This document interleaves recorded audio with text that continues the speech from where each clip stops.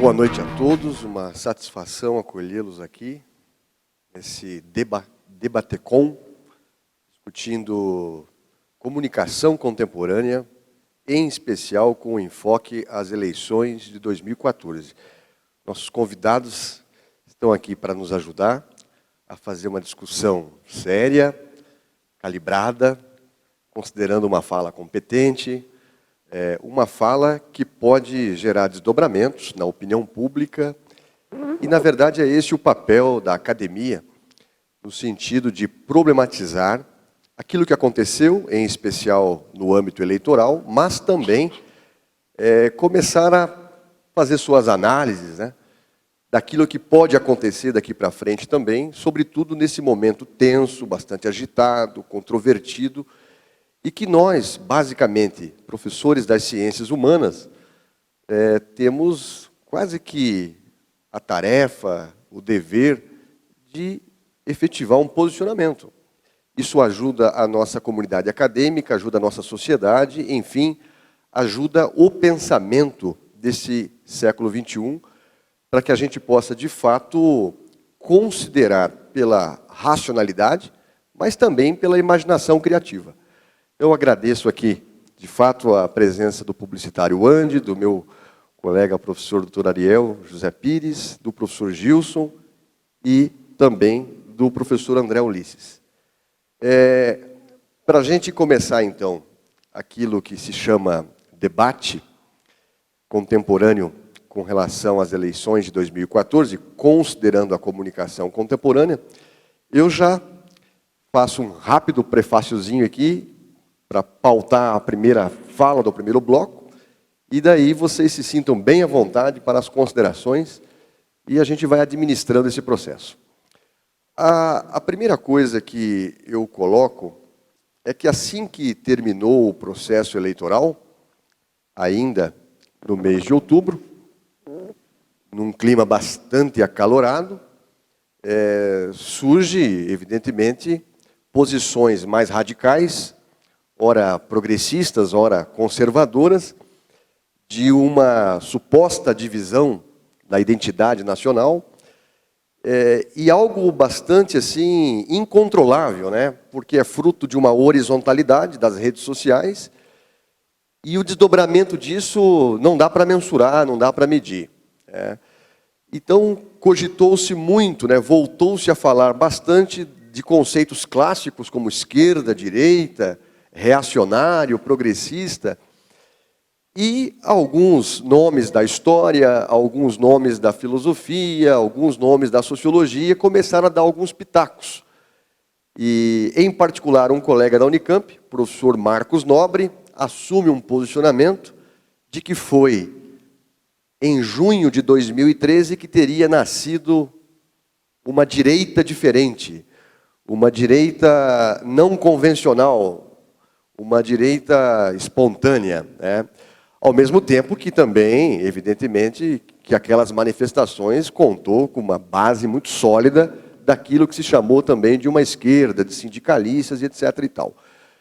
E a pergunta que eu coloco, para a gente começar uma reflexão aqui, é se é correto falar de uma nova direita, de uma direita desvinculada da tradição política, se é correto dizer que a direita encontrou a rua também pela primeira vez, porque até então não se falava da direita, abre aspas, participando de manifestações, né?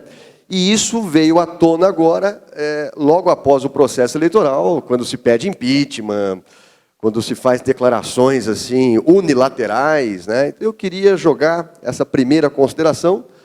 E para abrir, então, esse processo, eu convido aqui o meu amigo Ariel para dar o primeiro pitaco. E depois a palavra fica livre para os outros colegas que vão participar. Obrigado, Cláudio. Boa tarde aqui aos componentes. Boa tarde ao público. Antes de mais nada, gostaria de agradecer o convite que me foi feito para vir passar uma tarde agradável aqui discutindo essas questões que nos afligem, né, essas chamadas questões contemporâneas, essas questões que muitas vezes dão o nome de política, mas que carece de reflexão, inclusive, em relação aos conceitos. porque muitos dos conceitos, mesmo de política, mesmo de esquerda ou direita, como disse o Cláudio, ou de centro, elas precisam ser revistas na medida em que nós estamos repisando esses termos já há algumas décadas, e é muito provável que o mundo já seja outro, e que as considerações e os conceitos a gente deva refazer, deva atualizar muito isso.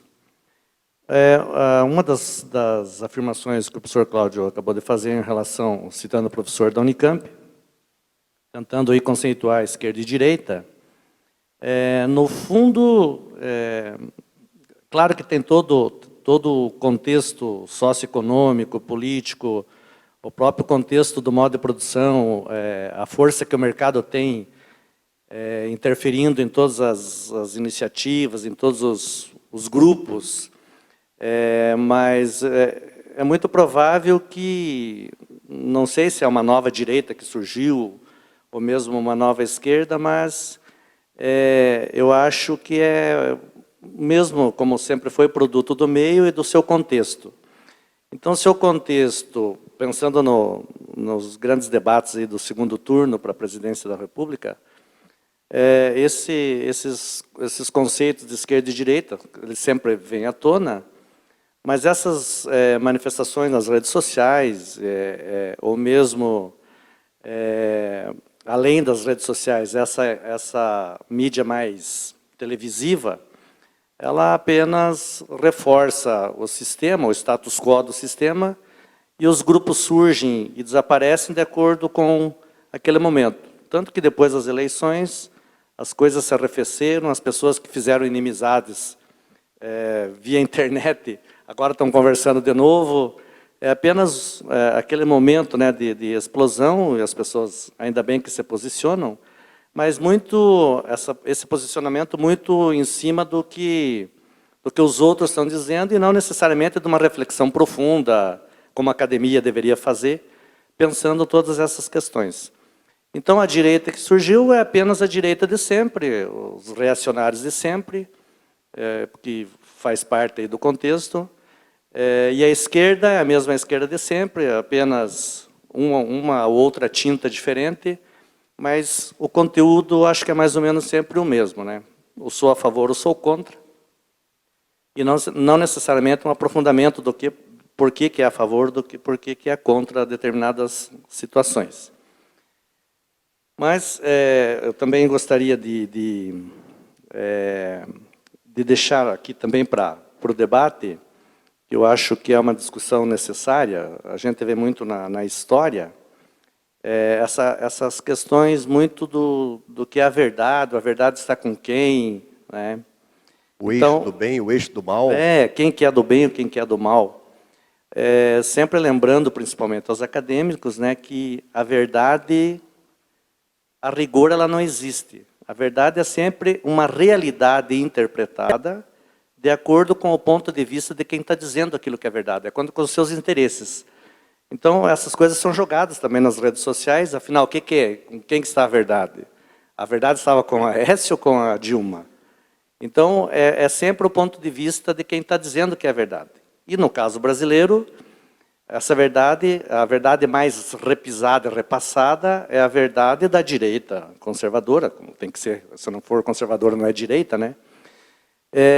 Do ponto de vista de 7 grandes grupos econômicos, daqueles grupos econômicos que dominam a grande mídia, a mídia avassaladora, massificante. Essa verdade acaba prevalecendo, mesmo que nas urnas a resposta foi outra, não foi necessariamente aquela verdade da grande mídia, principalmente através das propagandas subliminares dos jornais, das telenovelas, dos filmes, de todas as matérias propostas.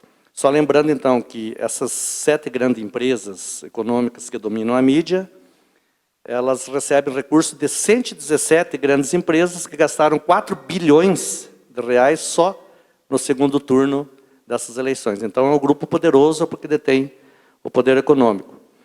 E, além disso, também aqui para a reflexão nossa, de todos nós, discutir essa questão dessa democracia, não só a democracia brasileira, mas a democracia mundial. que eu acho que já morreu esse tipo de democracia que a gente sonhava.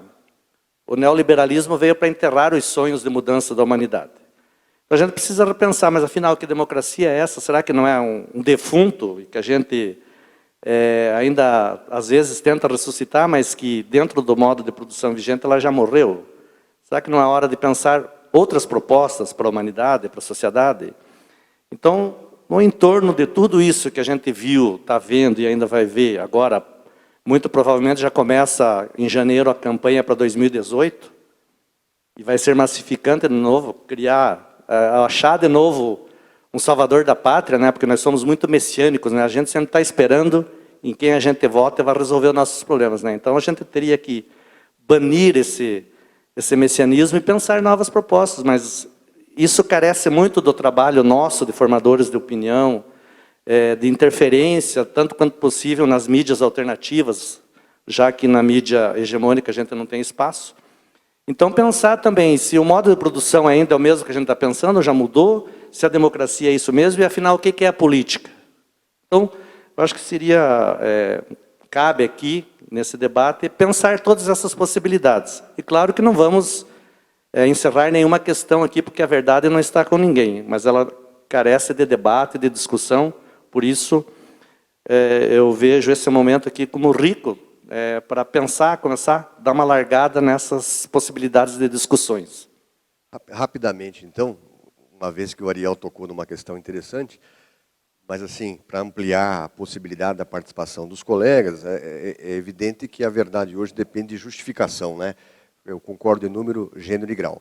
Todavia, o maior número de pessoas estão se expressando. É um fenômeno realmente oriundo do igualitarismo, né? As pessoas estão assim emitindo mais juízo de opinião, estão botando para fora coisas que até então era mais reservado, né? E por isso acalorou-se assim posições antagônicas, etc. e tal. A questão que eu coloco então, daí o professor Gilson aqui pode participar, o professor também, André Ulisses.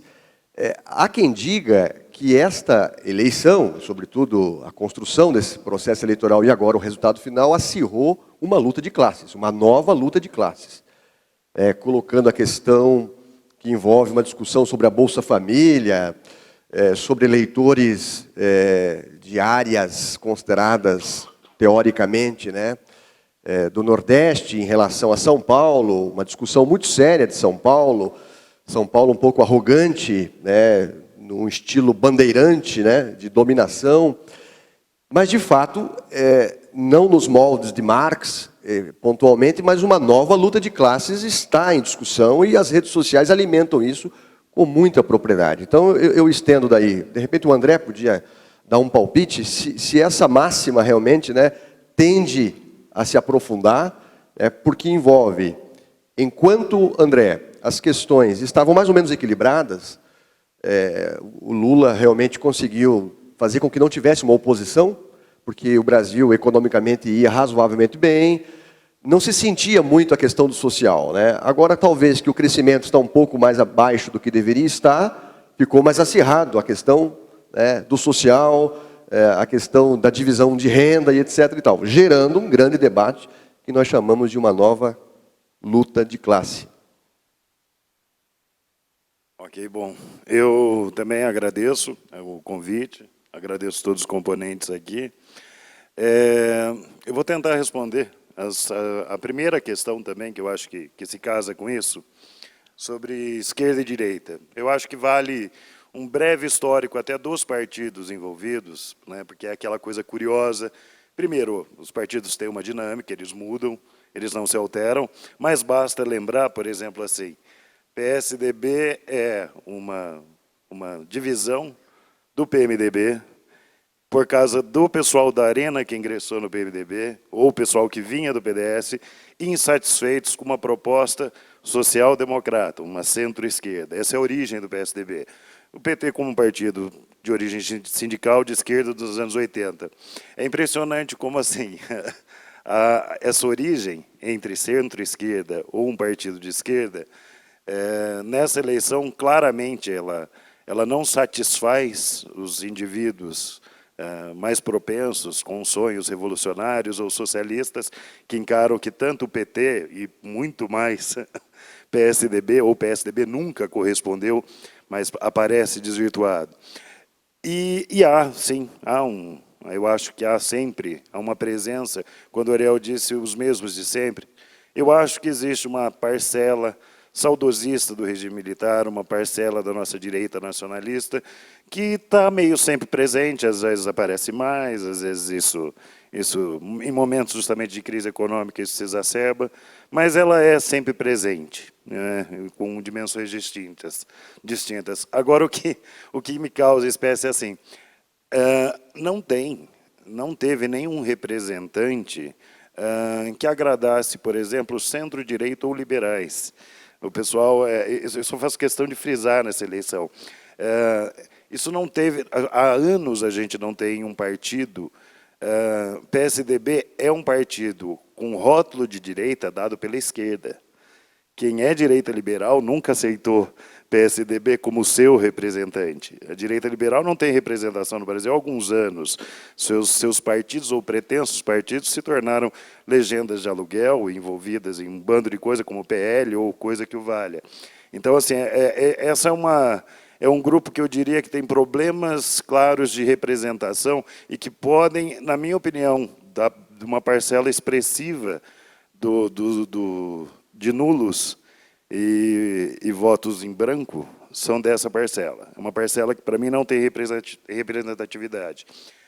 Sobre a luta de classes, olha, eu acho realmente complicado o termo.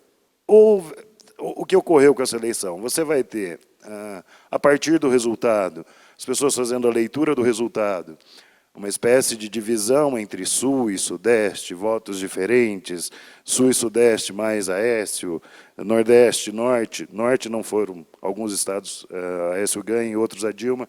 Você se polarizou essa ideia de que você tem uma nação dividida. Primeira coisa, isso não é essa eleição. É só pegar o resultado da eleição passada. A eleição passada, a PSDB ganhou em São Paulo, ganhou aqui no Paraná, ganhou. Há uma mudança ou outra em alguns estados. Na eleição anterior ainda, eu estou falando de Alckmin, Serra, também. Então, assim, nessa me assustou que você teve uma polarização. Com resultados, é óbvio que o resultado foi mais apertado, é só isso. Né? As outras eleições, o resultado foi o PT levou com mais facilidade. Mas você já tinha esse cenário desenhado. E você não teve. O que eu falo é talvez a proximidade da disputa que polarizou isso. Tem que tomar cuidado realmente com essa discussão. Ela pode sempre esbarrar em alusões xenófobas com relação ao nordestino. Ela tem um risco realmente disso ocorrer. Ao mesmo tempo, eu acho que dá para fazer a leitura, sim, que você tem concepções distintas por regionalismo, mas isso não é propriamente inédito, é isso que eu fico um pouco chocado. Isso, assim, na nossa política você sempre teve a prevalência de determinados candidatos em certas regiões. Eu me surpreendo, assim, isso estar sendo discutido como uma proibição, até de se comentar isso, ou como uma novidade, o que não é novidade. Né? Então, eu não vejo isso como luta de classes com relação ao Bolsa Família. Eu acho que aí há realmente assim, primeiro, uma incompreensão, talvez, do que seja o programa, e talvez aí, uma opinião, as formas de crítica ao programa, de novo, talvez esbarrem em posições reacionárias, mas a gente teve uma crítica bastante interessante, lembrando uma candidata que morreu no primeiro turno, a Marina. A Marina tinha uma proposição interessante com relação ao Bolsa Família, que era vincular cursos de capacitação mais obrigatórios. Não mais, sim, a pessoa ter que fazer, porque é uma forma realmente de você ver, mesmo que seja em décadas, mas um fim para o programa. E realmente você dá um outro direcionamento. Se não há um direcionamento, ele tem uma característica social? Tem, mas ele também serve para o pleito eleitoral? Também serve. A gente não pode ser ingênuo. Então, assim, eu acho que a forma como foi implantado talvez esteja na raiz do debate. E aí, infelizmente, a discussão não se priva por um racionalismo de como aperfeiçoar para que você vislumbre em algum momento que ele não seja mais necessário, porque o ideal sempre é que qualquer plano, não esse, qualquer intervenção do Estado em assistência social emergencial, o nome já diz, emergencial e estado de necessidade, o que se almeja, ou pelo menos deveria se almejar? O momento que você não vai precisar mais dele, né? E realmente eu não enxerguei isso. Nesse sentido, talvez tenha posições polarizadas, mas eu não concordo com o termo luta de classes nesse sentido. Eu acho que são posições polarizadas de novo. Interessante. Aproveitando a carona e abrindo espaço para os outros colegas também. Quando o André citou aí a questão de direita, novamente, o Ariel tinha pontuado já, e eu frisei que uma nova direita que foi comentada pelo professor Marcos Nobre, é desvinculada da tradição política. Na Europa, há um bom tempo já, isso também aconteceu espontaneamente e resultou em partidos, como você acaba de dizer, que o PSDB tem uma característica diferente, mas na Europa alguns partidos assumiram esse discurso liberal, de fato, mais conservador. Os próprios partidos de esquerda assumiram isso na Europa. Exatamente. Mas assim, e surgiram partidos também de extrema-direita, e que, inclusive, começam a vencer várias eleições em vários países europeus. A pergunta que, de repente, eu coloco, e o professor Gilson pode dar aí um palpite também, se isso vier a crescer no Brasil, né? Se essas manifestações, os estudantes, a classe média, com manifestação ostensiva nas redes sociais, com passeatas e etc. e tal, pedindo impeachment, pedindo a volta dos militares e coisa do gênero, se isso se intensificar, há uma possibilidade de isso se efetivar como uma tradição política também efetiva e institucionalizada a ponto de receber votos nas urnas, de fato? Boa tarde a todos, obrigado pelo convite e obrigado também pela participação do grupo e da plateia. Pois é, como o professor André também já comentou, ele percebe que não existe claramente uma relação de luta de classe nessa eleição. Até porque eu acho que tanto o PSDB quanto o PT, eles têm uma linha assim, mais direcionada ao centro, o PT como centro-esquerda e o PSDB como centro-direita. Então não chega a ser um grupo que consegue aglutinar os extremos, apesar que nessa eleição houve um direcionamento da extrema direita ou da direita brasileira tendenciar mais ao apoio e mais aberto, inclusive, ao PSDB. Uma ala da extrema esquerda ou da esquerda buscou também um apoio mais direcionado a Dilma. Então, há uma tendência assim, de formar aglutinação, né, nesses grupos novos que vão surgindo. Principalmente, eu vejo, pela atuação da mídia tradicional, a grande mídia brasileira, que buscou claramente dar um apoio ao candidato do PSDB, o Aécio Neves. Se você pegar o movimento de junho de 2013, até aquele momento a Dilma tinha uma grande aceitação popular no Brasil, inclusive o seu governo tinha uma grande aprovação perante os institutos de pesquisa, mas depois do movimento de junho, quando a imprensa se apropriou daquele movimento que começou com o passe livre, né? Houve essa apropriação e ali houve um direcionamento para enfraquecer a Dilma. Tá? Daí vem a Copa do Mundo, mesmo colocando o risco da grande imprensa, principalmente a Globo, tomar prejuízo com a Copa do Mundo, apesar que ela teve, acho que, um grandioso lucro, mas ela buscou atacar o governo, a população que acompanhou os jogos também. A Dilma não podia nem participar, né, do estádio lá, que era vaiada. Então, a partir dali, houve uma queda muito grande na popularidade dela.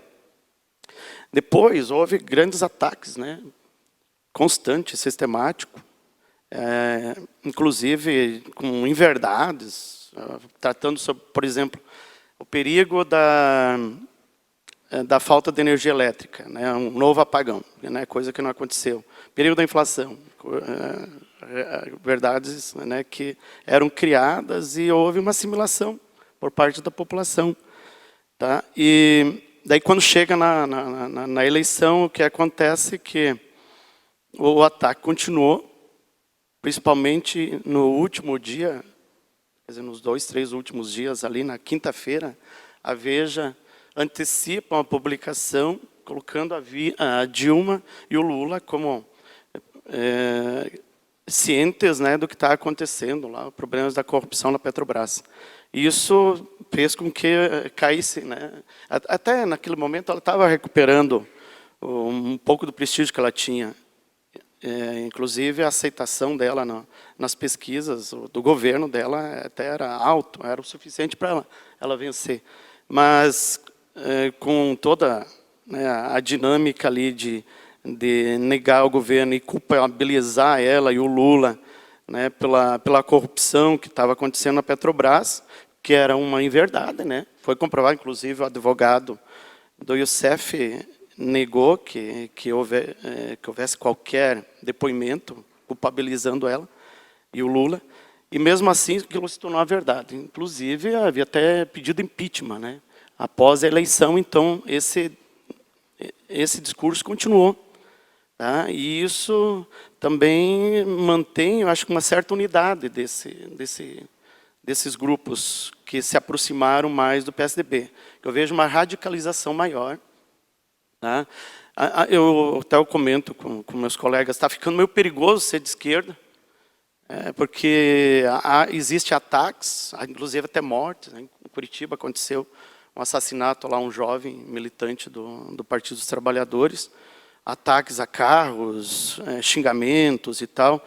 E isso a gente percebe na história, na humanidade, sempre há uma tendência, né, de antecipar e se tornar um fermento mais forte. Né? Então, eu vejo isso de uma forma perigosa, principalmente agora, com acho que a tentativa da Dilma tentar criar ou regulamentar a lei da mídia, né, no Brasil, né, atacar principalmente os oligopólios, os monopólios aí das grandes empresas. Então, elas vão agir de uma forma que vai intensificar esse radicalismo no país. Interessante. Aproveitando também a deixa, né? O primeiro turno foi um turno com muitos candidatos, né? E com algumas surpresas, declarações radicais também, Levi Fidelis, do próprio PSOL, por um lado também. E, quer dizer, os candidatos debateram bastante, a opinião pública não. No segundo turno houve uma inversão. Os candidatos que ficaram numa polarização pessoal contra o governo passado e contra esse governo, mas a opinião pública debateu assustadoramente. Né? Foi um debate assim, de grande monta. Então, talvez a pergunta que eu coloque agora como é que ficaria os partidos agora, o PSDB, por exemplo. Há quem diga que a mais jovem liderança do PSDB é o Fernando Henrique Cardoso, mas é um exagero, né? Porque o PSDB não se renova e o Aécio não representava, de fato, uma renovação. Mas isso já é uma crítica bastante pessoal. Há quem diga também que o PT vai ter que se recompor, vai ter que ou ir mais para a esquerda, ou resolver o problema da economia. Há quem diga que o PSOL vai se fortalecer daqui para frente, que fizeram um grande papel, o PV também foi bastante ponderado, equilibrado. Mas o grande enigma, a grande incógnita ficou, então, e o professor ali, André, citou o nome até da candidata Marina. Né? Enquanto a Marina parecia estar diferente, ela estava tendo voto. Quando ela passou a ser um pouco mais igual aos demais, os votos foram se esvaindo e as acusações de contradições aqui e ali. A Marina tem chance de reerguer a rede? O PSOL tem chance de ter mais votos do que teve? Como é que fica o PSDB? Teve quase 50% dos votos, mas foi só uma febre desses descontentes com o antipetismo? E o PT? Como é que ficaria o PT numa nova configuração de governo já? Uma vez que o que nós sabemos é que a vitória da Dilma, na marca do pênalti, se deu com a adesão de um voto crítico num veto a Aécio, Com medo do neoliberalismo retornar, alguns ex-petistas históricos resolveram dar um aval à Dilma e ela consolidou a vitória na marca final. Mas será que esses ex-petistas de tempos anteriores não vão exigir também um PT mais à esquerda? Então são essas considerações, de repente o nosso colega que ainda não participou, embora não seja algo explicitamente da publicidade, mas eu tenho condições de estender essa pergunta para ti também. E daí a pergunta fica aberta também para os demais colegas. Muito boa tarde a todos. Saudar aqui os companheiros nesse debate. E primeiro sobre o Fernando Henrique e a questão da direita também, que voltamos lá na primeira pergunta. A direita, eu creio que ela estava um pouco adormecida. E eu não chamo muito de direita, nesse ponto concordo com o André, porque o PT tende a taxar de direita, mas não é uma direita. Tanto que o Fernando Henrique e o Lula eles têm um berço muito, muito parecido. E a falha do PSDB principal em todos esses anos, que nós vimos a política adormecida do lado do PSDB, 2002, que tivemos eleições, 2006 com o Alckmin, 2010 com o Serra, que eu caracterizo como picolé de chuchu, tudo aquela coisa sem graça. E o Fernando Henrique ele deixou muito ele não fez o papel que o Lula fez. O Lula ele foi mais para o pau ali, ele chegou e quando ele era oposição ele estava batendo e o Fernando Henrique entregou e deixou. Então eu não vejo ele como um grande líder do PSDB. Eu vejo o PSDB sem um líder, sem uma figura, como você tem no PT, que você tinha um Lula para levar a coisa e instigar. O PSDB ficou adormecido, aquela coisa, não, a gente não vai se envolver. Até, eu sou São Paulino, mas tem piadas com a torcida do São Paulo, que chamam eles de Bambi, porque eles batem palma, em vez de gritar igual a torcida do Corinthians. Eu acho que o PSDB ele foi muito São Paulo e pouco Corinthians, assim. Ele ficou com aquela coisa, não, vamos bater palma aqui quando for legal, eu não vou dar a minha opinião. E todo mundo disse que essa eleição foi um pouco mais violenta. Teve gente que parou, acho que você estava falando ali do início, que não entrou no jogo, mas eu vejo ela já nas redes muito violentas desde o tempo do Mirk. Eu creio que muita gente nem sabe o que é Mirk, foi uma das primeiras redes sociais, uma espécie de bate-papo bem primitivo, uma espécie de Facebook primitivo, onde nós tínhamos os canais, e era Jogo da Velha, o nome do canal, um underline, alguma coisa, e as pessoas entravam lá e já se tinha essas discussões pesadas. A diferença é que tinha muito pouca gente na internet para discutir. Então, ela ficava, e entrar no Mirk, a gente era uma treta muito complicada. Você tinha um script, era quase um MS-DOS, era aquela tela feia, mas já tinha canais de algum candidato, já tinha discussão pesada. Eu ainda era bem criança, mas já tinha discussões e sempre fui meio varetado com essas coisas, gostava de discutir, pegava pesado com os coleguinhas de colégio. Cheguei a fazer trabalhos de educação artística para dar na cara da professora, que era petista, e eu já sempre tive uma tendência de direita. E depois veio, na eleição de 2006, você teve o começo ainda teve a 2004, que foi de prefeito, meio apagada, começou a surgir o MSN. Eu acho que o MSN, durante um tempo, ele tirou aquela coisa do Mirk, porque o povo começou a entrar no MSN, a conversa começou a ficar mais individual. Você ainda não tinha o Orkut entrando, foi a partir de 2005 que o Orkut começou a agregar pessoas. Aí veio 2006, Orkut, aquela coisa, continuava a ser meio individualizada, você deixar scrap do sujeito aqui, você não tinha muito você entrava na comunidade de um candidato, ainda não tinha nenhuma legislação.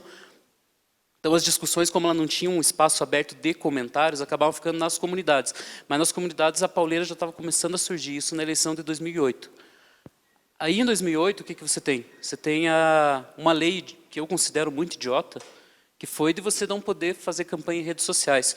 E foi bem quando floresceu o Obama, com aquela campanha, que até hoje é um marco, mudou um pouco até o rumo do marketing político, aquela campanha bonita, e você E eu trabalhei em campanha desde 2008, morrendo de vontade de aplicar aquilo, mas tinha uma lei que não permitia o candidato fazer campanha nas redes sociais. Você simplesmente não podia fazer campanha no Orkut.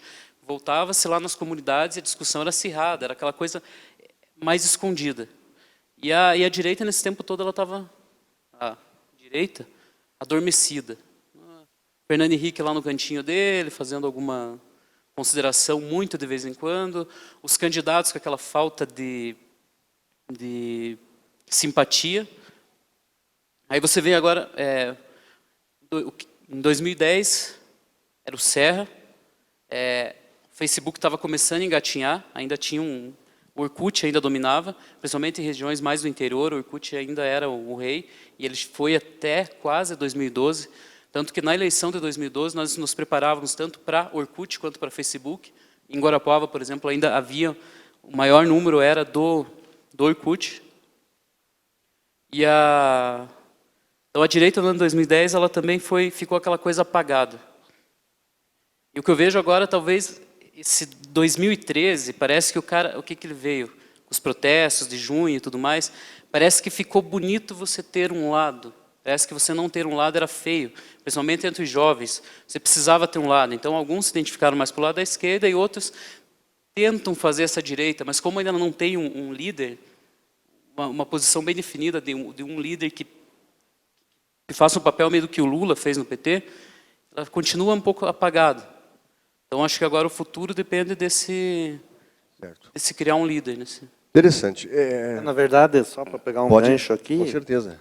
Eu percebi agora que essa eleição serviu para provar que São Paulo, exatamente São Paulo, é um feudo do PSDB. E não vejo novas lideranças, como não vejo surgir novas lideranças no PT.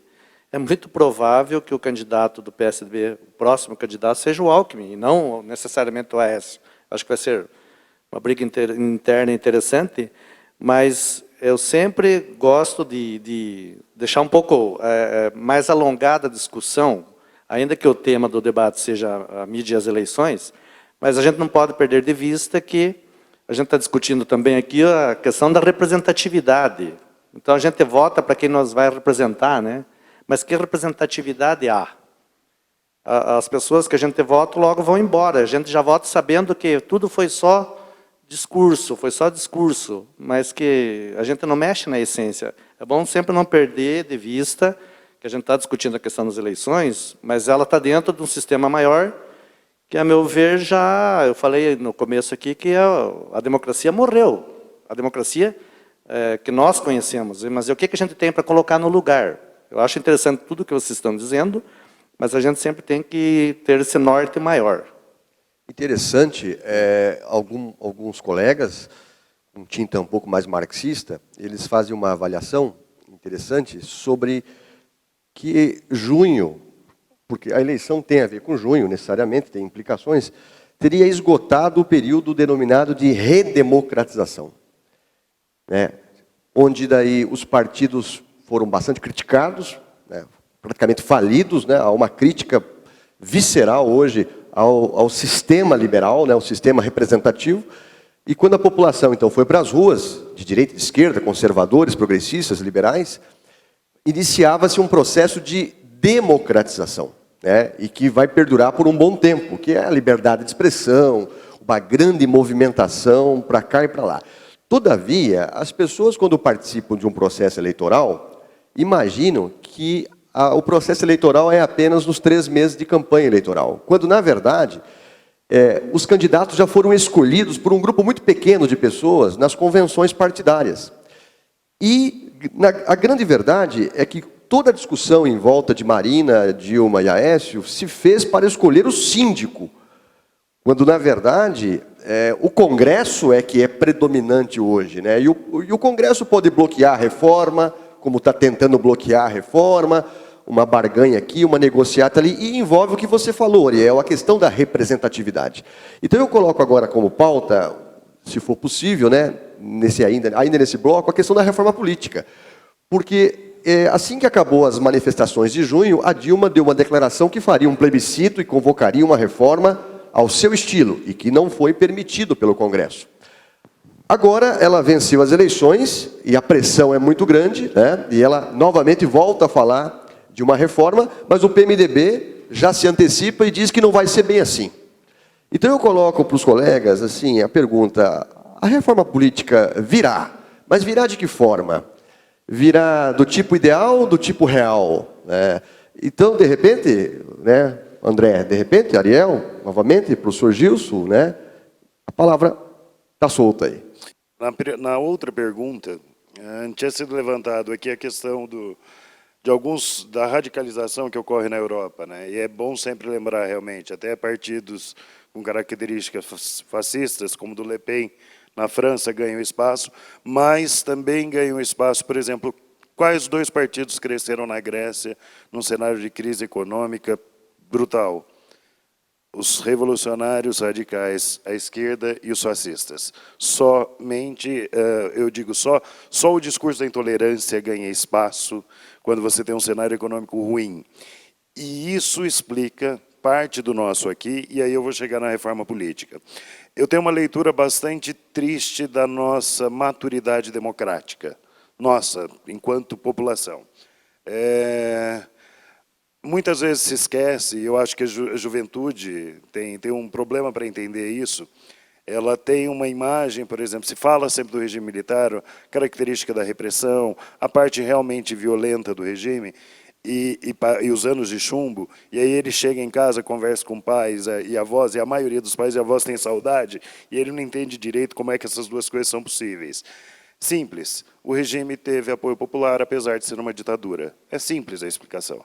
Um grande apoio popular. O governo mais popular, isso é uma frase do Lula. O Lula disse que se tivesse eleições diretas, o Médici ganhava com 80%, ou seja, o mais repressor era o mais popular dos militares. Por quê? Porque a economia ia bem.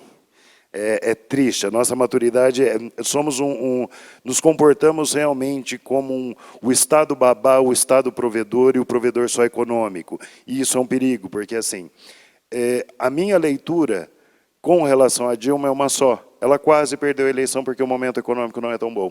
Se o momento econômico fosse bom, ela tinha metido 70%, não tenho a menor dúvida disso. Como o Lula, foi muito tranquila a reeleição dele, porque o momento econômico era propício. Digo mais, chegaram a cogitar, lembra? Só na imaginação, mas só para vocês entenderem isso. Alguns, né, amalucados, quebrando, né, qualquer coisa do jogo democrático, chegaram a sugerir um terceiro mandato do Lula. Todo mundo lembra disso. Foi só uma sugestão lançada, que obviamente nem o Lula acatou. Mas se ele tivesse acatado, alguém de nós tem a menor dúvida que ele seria eleito? Quebrando qualquer regra do jogo democrático, mas alguém tem dúvida que ele seria eleito? Não, nenhuma. Porque o momento econômico era propício. Por que isso é grave? Hoje o momento econômico não é tão bom. Tanto ou o Aécio se ganhasse, ou o Dilma que ganhou, vão ter que fazer algumas reformas estruturais de macroeconomia que levam à impopularidade, ou optar por uma opção, é ótimo, ou vão ter que partir realmente para o populismo. Só que eu não sei se a economia aguenta mais 4 anos. Então, seria realmente uma decisão de irresponsabilidade. E aí me preocupa, sendo Dilma ou sendo Aécio, eles podem ter, querendo fazer reformas macroeconômicas necessárias, 2 anos de cenário do cão, e não é um cenário do cão por imprensa. Eu relativizo a imprensa. Eu realmente relativizo o peso da imprensa. É uma insatisfação popular que eu acho que acaba ecoando na imprensa. Eu realmente acho isso. Eu acho que a gente exacerba, talvez, demais potencial. Primeiro, a imprensa, o PT não foi uma vítima da grande imprensa. O PT é governo, gente, há 12 anos.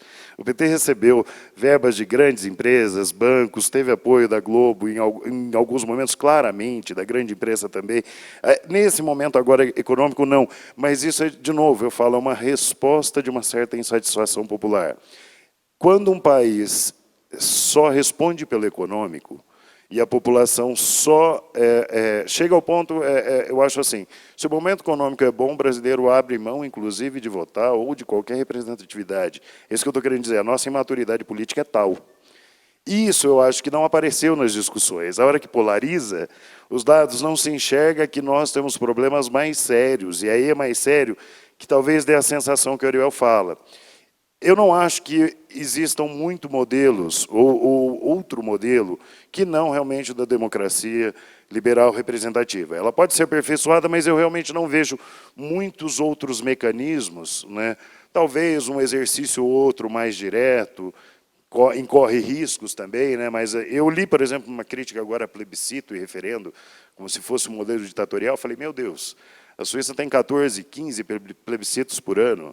É um exemplo de democracia, democracia direta, exercida com coisa. O pessoal começa a confundir conceitos, né? Achar que plebiscito e referendo vai ser necessariamente algo ditatorial. Não, mas eu não vejo modelos alternativos. Então, assim, uma reforma política, ela tem que aprimorar. Assim, nós temos, primeiro, as aberrações, por exemplo, para senador, né? Que senador simplesmente ainda é a figura do nomeado que o substitui.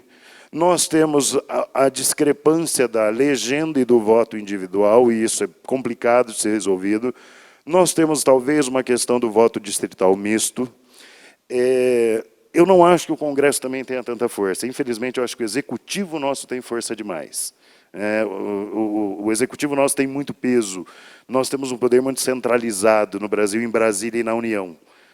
Eu acho que isso deixa a nossa classe política muito distante. Eu brinco, é fácil chegar ao prefeito aqui ainda. Já é bem difícil chegar ao governador. E é quase impossível chegar à presidência. Então, assim, uma reforma que também descentralize, eu acho que ela democratiza, né? Existe o risco de coronelismos regionais? É óbvio que existe. Só que isso é muito mais fácil ser combatido no âmbito regional do que em qualquer coisa em esfera federal ou da União. Só que você não pode esquecer o papel da mídia, né? Da mídia hegemônica, que talvez tenha mais força do que o Congresso, não sei, mas é possível perceber, por exemplo, nesse ano, nessas eleições, que a mídia hegemônica assumiu o papel de oposição à Dilma. Já que no Congresso não surgiu uma oposição forte, a própria mídia fez isso, das diversas formas que a gente conhece. Quer dizer, é uma observação minha, é uma constatação pelo forte apelo emocional e tudo mais, considerando também a morte do candidato lá, que ajudou, em alguma medida, a catapultar a Marina, e que depois, pela própria fragilidade dela, imaginem, a fragilidade da Dilma contra o muro, a fragilidade da Marina contra o muro de concreto da Dilma, né? Então, é uma coisa muito desigual, mas que eu vejo sempre o papel da imprensa muito presente aí, fazendo, ora, como você lembrou, ora ela apoiou o PT, quando a economia estava bem, quando a Globo estava recebendo recursos do governo federal. Mas depois a coisa muda, também muda o discurso. Eu também acho que para essa eleição houve uma mudança assim, de discurso, mas assim, eu relativizo realmente isso. E pegando o que você falou, e o professor aqui, nós vamos ter uma outra lei da reforma política, e talvez seja uma proposta que seja levada até... vamos ver como vai ser levada a discussão, da questão da regulamentação da mídia. É fundamental, é óbvio, com qualquer setor ele tem que ter alguma forma de regulamentação. Mas eu falo, a gente já tem alguns problemas. A discussão ela já ganhou um corpo depois, claramente, da capa da Veja. E isso me preocupa um pouco. Por quê? Primeiro, a imprensa, no meu modo de ver, não entra em nenhuma norma regulatória, nem mesmo a internet, né? Por um simples fator. Imprensa e internet não é coisa pública. A gente está falando de TVs e de grandes corporações, tudo público, gente, no Brasil. É tudo concessão. Rádio e TV é concessão, é tudo público. A gente esquece isso, é absolutamente tudo público. Enquanto imprensa e a internet, não. Se você, por exemplo, o que faz uma revista ser bem-sucedida? Mercado e opinião pública que compra ela. O que faz um site ser bastante visitado ou acessado, um blog? A mesma coisa. Eu acho que o critério de seleção é esse. Se tem tem blogs de esquerda com bastante aceitação, como o Pragmatismo, tem os de direita, como o do Reinaldo Azevedo, tem espaço para todos né? Por que eu falo que eu sou contrário a alguma regulamentação? Tem que dar visibilidade a todos. Todos já têm. Ninguém te impede de publicar uma revista. Se tua revista não vai ser bem sucedida, ela não tem público, ela não tem representatividade, aí temos um outro problema, e um problema seu. Então, assim, eu não acho que a imprensa e a internet deveria. Já não é a rádio e a TV, nós temos um problema aí. Primeiro, nós temos uma limitação. Uma limitação de banda, você não tem como, não dá, a rádio tem um limite para você colocar de rádio, e também, de certa forma, um limite para o espaço da TV. Como há limite, ter um órgão regulador que cuide para que não vire um oligopólio, para que não seja hegemônico, para que, nesse caso, não tenha realmente a propriedade cruzada entre rádio e TV, que dá um poder bastante grande, e a gente sabe que tem. Isso sim. Agora, eu já tiro a imprensa escrita e a internet totalmente do jogo, e não é assim que está sendo proposto. Então, eu acho que parte da resposta vai ser justificada, porque não tem motivo, não sendo esfera pública, e sendo realmente, senão você, de novo eu falo, a gente não tira a imagem do Estado de tutela, o Estado babá. Não, nós deveríamos ser aptos e capazes de decidir se a determinada revista ou blog nos mas e se entra em calúnia, não sei. Você tem outros meios, você tem meios legais. Você vai responder por outras questões. Você tem um outro aparato legal que não permite abusos, senão você vai responder. Nós vamos já para as considerações finais desse bloco, para começar o segundo bloco, só para fechar aqui, né, esse raciocínio e todas essas questões que foram bem colocadas pelos colegas, né. Só um último comentário, então, para a gente fechar esse bloco e dar início ao segundo bloco. Na verdade, tudo que foi colocado aqui mas são considerações importantes e que nem sempre ficam amarradas, né? São coisas que podem ser evidenciadas, né? Podem ser trabalhadas e que, de repente, não se concretiza.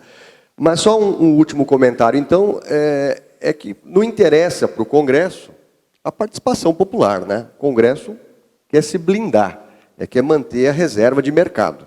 Então, eu acho que o Congresso ele é importante, sim, porque ele pode bloquear uma reforma mais democrática, no sentido de preservar a sua institucionalidade. Mas eu entendi a sua observação. Quando eu falei de síndico, né, e dá a impressão que o síndico manda muito, quando, na verdade, é um poder paralelo, né? Agora, a minha grande reclamação é quanto à negligência da população, né? De não acompanhar os 4 anos, né? De que apenas nos 3 meses a coisa fica bastante acalorada, e como você falou no início, depois vamos fazer amizade, tudo volta ao lenga-lenga, ao lero-lero, e só daqui 2 anos novamente, ou daqui 4 anos, volta-se a acirrar um pensamento mais conservador, um pensamento mais progressista, que a gente deveria então tomar cuidado com a estrutura, né, da vida política brasileira. E daí o comentário do André, o comentário do nosso colega ali também veio ao encontro de que a nossa democracia não está tão fortalecida assim, né? Quando você falou da nossa imaturidade. Mas então nós encerramos o primeiro bloco e vamos daqui a pouquinho para o segundo bloco. Vamos então dar continuidade ao nosso debate. Nesse segundo bloco, onde o primeiro foi muito interessante, mas agora vamos tentar então, na medida do possível, manter uma interatividade maior, até para que haja, de fato, algumas conclusões, né? E saiamos daqui hoje com algumas coisas um pouco mais objetivas. Se bem que a mesa redonda, ela tem a finalidade de provocação. Mas estamos falando para um público grande, um público bastante crítico, então, a primeira coisa que eu coloco nesse segundo bloco é o fenômeno do voto nulo, daqueles que não compareceram às urnas, que se negaram a votar, ou votaram em branco, ou anularam o voto. No Rio de Janeiro, esse número chegou ao 2º lugar das eleições daquele estado. No Brasil não foi tão diferente assim. E há quem contabiliza esses votos nulos, brancos e que não participaram, que deu mais de 50% no Brasil de pessoas, então, que não aprovaram a presidenta Dilma Rousseff. Conversando com um professor, um colega aqui, que eu vou preservar o nome, felizmente ele não está aqui, ele assumiu o voto nulo, dizendo ser contra o sistema, e de que seria uma forma de protesto, uma forma de resistência ao atual modelo que, segundo ele, estaria esgotado. Nós somos professores e, via de regra, somos questionados se nós somos simpáticos ao voto facultativo, ao voto nulo, ao voto em branco, se isso não seria abrir mão do nosso direito de expressar também a escolha, mesmo que ruim, do menos pior.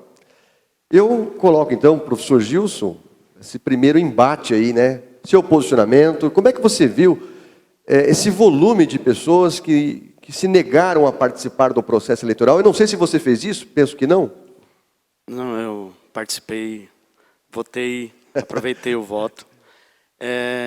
Pois é, eu vou deixar esse comentário um pouquinho mais para frente. Eu só queria fazer um comentário com a fala do professor André, a questão do determinante da economia nessa eleição. Que eu acho que, se você for analisar a economia, a macroeconomia, e comparando o Brasil com o restante do mundo, há um certo crescimento, né? Não está tão estagnado assim, comparando com o restante do mundo, né? Com essa crise, começou em 2008 e tal. Então, isso tem que ser analisado também. Mas, internamente, a economia favorece a Dilma, entende? Principalmente na questão do emprego. Hoje, nós temos números baixíssimos de desempregado no país, acho que saiu no IBGE, está em 6 e pouco, né? Nós tivemos esse número, né, que chegava a ser o dobro da população. A renda é maior do que naquela época, alguns anos atrás. A questão da fome no Brasil, a fome diminuiu muito. Eu tenho um documentário interessantíssimo que eu passo para os meus alunos, que eu já passei, uma reportagem do Jornal Nacional de 2001.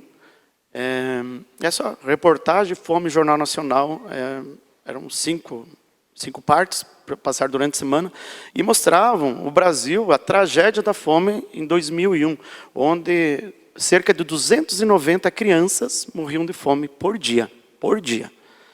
Então, era em torno de 5 crianças, quer dizer, uma criança a cada 5 minutos. Tá? Então, isso é marcante também, né? Entra como um fator econômico.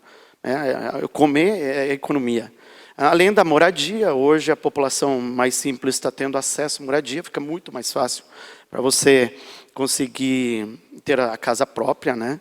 A renda aumentou, né? A renda nossa, até como professor também, aumentou. A classe média tem uma renda maior, apesar da reclamação dos impostos e tal, de arcar, de pagar a Bolsa Família e tal, aquela choradeira. Mas eu vejo que o fator econômico era favorável a Dilma. E o fator mídia fez com que ela perdesse forças. Como eu havia citado anteriormente, até não aprofundei, a Veja da quinta-feira, ela teve um papel fundamental para travar o crescimento da Dilma. Tinha alguns analistas que acreditavam que ela poderia ter atingido a mesma votação de 2010, mas decaiu depois da revista, porque ela foi usada, a capa, distribuída nas grandes capitais, aonde ela perdeu, a Dilma perdeu nas grandes capitais, São Paulo principalmente, ela foi distribuída, essa capa, onde aparecia a foto da Dilma e o Lula, né, onde apareciam como culpados lá, e como os sabedores, né, da corrupção que está acontecendo na Petrobras. E depois esse material ele foi também promovido pela mídia televisiva. O Jornal Nacional se aproveitou daquele fato da UJS, quando fez a manifestação em frente a Abril, lá, onde houve a pichação, né? Então, eles não usaram diretamente a revista, mas falaram, a JS fez o protesto e tal, e com isso houve destruição por causa da revista da Veja. Tá. E aproveitaram também, aquilo ali prejudicou. O caso também, no dia que a G1, inclusive, e outros sites, publicaram o envenenamento do Youssef, né? Também isso deve ter atingido a cabeça das pessoas, principalmente nos grandes centros, onde a Dilma perdeu as grandes capitais. Então, foram vários fatores que determinaram isso, né? Acho que não fica só restrito ao determinante econômico, né? Então, o determinante ideológico também por trás. Com relação, era a pergunta anterior, da necessidade de a gente fazer uma reforma política, e ela é necessária, até porque a população, né, uma parte da população, ela não tem condição de participar desse jogo político porque não tem dinheiro. O financiamento privado elitiza as campanhas, leva à corrupção. Os partidos têm que arrecadar dinheiro, tem que ter um montante gigantesco, senão não consegue ter espaço nenhum. Isso é importante. E daí, consequência disso, uma parte da população fica descontente com a política nacional e se nega a votar, vota nulo. Mas uma grande parcela do voto nulo, principalmente, acho, no primeiro turno, a presidente, acho que foi consequência do sistema de votação, né? As pessoas mais simples têm mais dificuldade de fazer a máquina funcionar lá, né? Primeiro votava para deputado estadual, federal, senador, governador, até chegar lá para governador. Eu estava vendo os dados, o voto de deputado estadual foi o que mais teve, foi muito maior a votação do deputado estadual do que nos outros candidatos. Porque sabia lá votar o primeiro, depois acabava se perdendo lá, né? Então, além do fator de imigração, né? Acho que tem muitos imigrantes na nossa região, nós temos isso, esse fenômeno, né, da imigração. Então, o sujeito vai morar em outra região, principalmente trabalhar em Santa Catarina, Curitiba, São Paulo, mas o nosso mais ao sul. E até no primeiro turno vota, vem votar, porque às vezes tem um deputado que patrocina, né, a viagem, mas já no segundo turno ele já abre mão disso. Então esse também é um dos fatores, eu acredito. Eu faço uma leitura do nulo e do branco como uma insatisfação. É uma insatisfação que eu não digo que é com a presidente ou algo assim, é uma insatisfação com os candidatos, né, de todos os matizes, né? Com a política, de uma forma geral, e com os candidatos. Eu acho assim, você tem duas opções. Na realidade, a eleição se divide em três.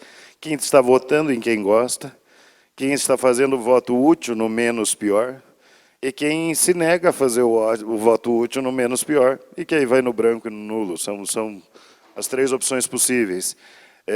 Eu acho que essa tinha realmente bastante motivo para você ter um número expressivo de brancos e nulos, né? O cenário era bastante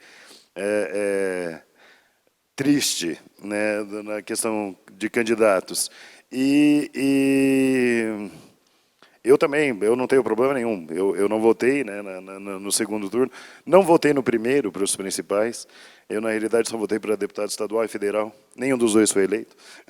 Ou seja, passei em branco as eleições atuais. Mas não me arrependo. Eu tomei uma decisão há alguns anos de não fazer o voto útil no menos pior.